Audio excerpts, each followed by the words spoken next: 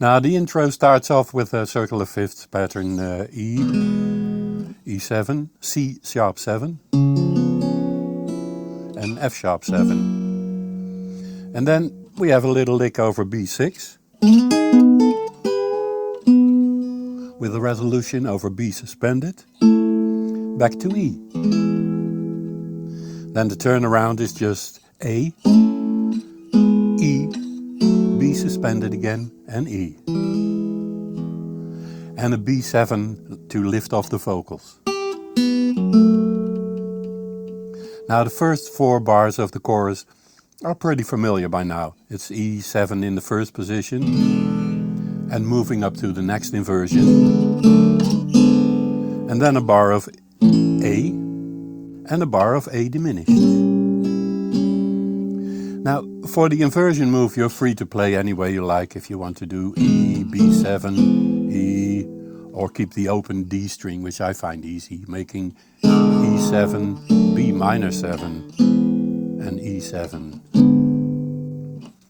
I've added some variations going from A to E to A at the end of the tap. So there's a, and there's also and via A sharp diminished we go to E, and then there's a single note run and we go into that Bradford and Ray Charles third degree move. And that is C sharp minor. Now this may look stretchy, but it's very handy to slide back to E7. Playing A and A diminished, but we play that in a lower position here, because that's where I want to be for the next bit. There is that circular fifth pattern again, which is basically E, C sharp, F and sharp, F7, F sharp and B7. Now the first chorus has an open ending, meaning that it ends on the dominant B7 to lead into the next chorus. So that way we have to stay longer in F sharp 7 in order to end on the B7. So that is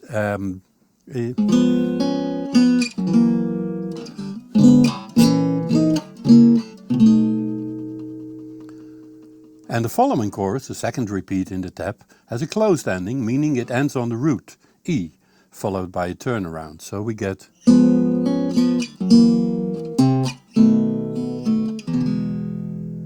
and the turnaround is just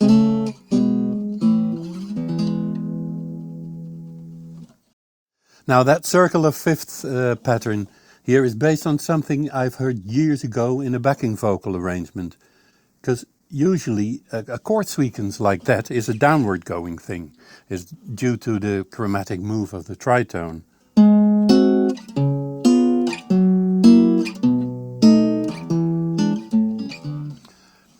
Now we've had an extensive look at that in our licks to riff courses. What happens in this backing vocal arrangement is a transit chord that's half a note higher. So first we play D and then the C sharp, and then we play a G before the F sharp and a C before the B. Now if you're into theory that D7, that is the flatted fifth substitute for G sharp 7, and G the same for C sharp.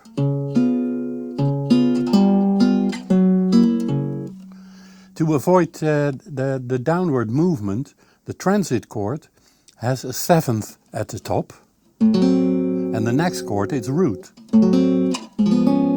So that's what you get.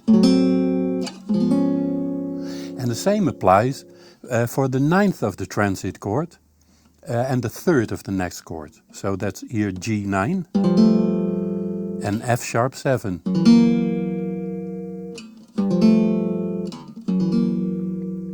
That way the accompaniment is more in line with the uplifting characters of the lyrics.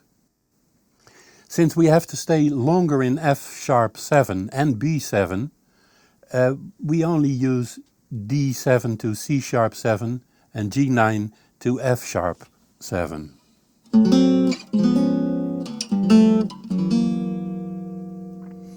Now for the extra bar in F sharp 7, I'd gone one inversion up and walk via F sharp 13. That's that added D sharp note there, to the next inversion. So we get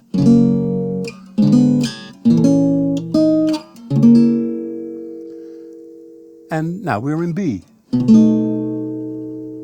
That's 4 bars of B and to fill and no vocals. So let's play 1 bar B7 and 1 bar C7 and 1 bar B7 again. And then a little lick to launch off the next vocal bit.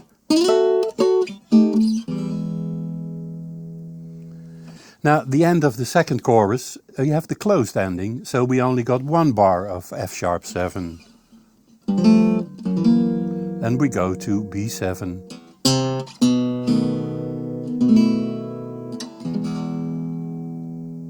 Our turnaround is just a simplified A, E, A and E. And then we have B7 augmented as a lift-off to the solo.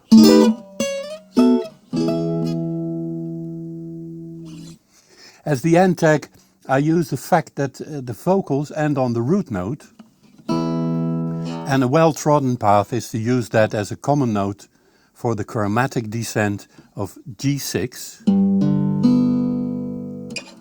F sharp 7, F major 7, and back to E. And be sure to dampen that B string with your middle finger.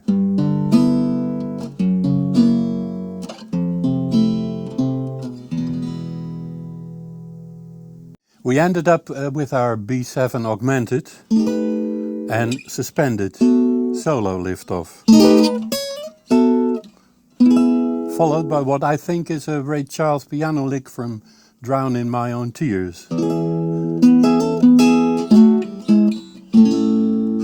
then lay down the A chord with the open strings, and the next is a diminished lick. Now you don't have to bend those sixes in the 7th fret, you can also slide from the 8th fret. Now I would play the A chord there short, first as a contrast to the laid down A chord here, but also to create some breathing space before the lick that with all those triplets that's going to lead us to G sharp 7.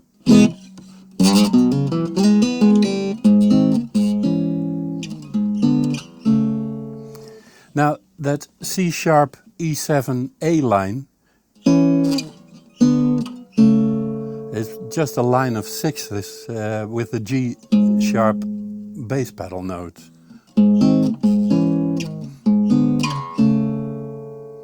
And then there's the A chord again with the sliding dim chords. And lay down that E chord. We are getting to our elongated circle of 5th pattern again, but this time with some bluesy additions to the C sharp 7 chord. So, and then via G7 to F sharp 7. Now be sure to dampen that open B string while you want the open E string to sound. Now in F sharp 7, we need a lick over the next 1.5 bar and pull off from the D-shaped chord on the upper 3 strings. We'll do that nicely. Ending on the 7th, the E note. And that will give us enough time to play the echo of what we played over the A sharp diminished earlier, and this time 3 frets higher. So that would be then F sharp 7 with a flatted 9. And with F sharp augmented, we end up on B7, C7, and B7 again, just like we did in the accompaniment. The turnaround just follows the first line of the last vocal chorus. Rough is the road. Let's go over that solo bit in slow pace.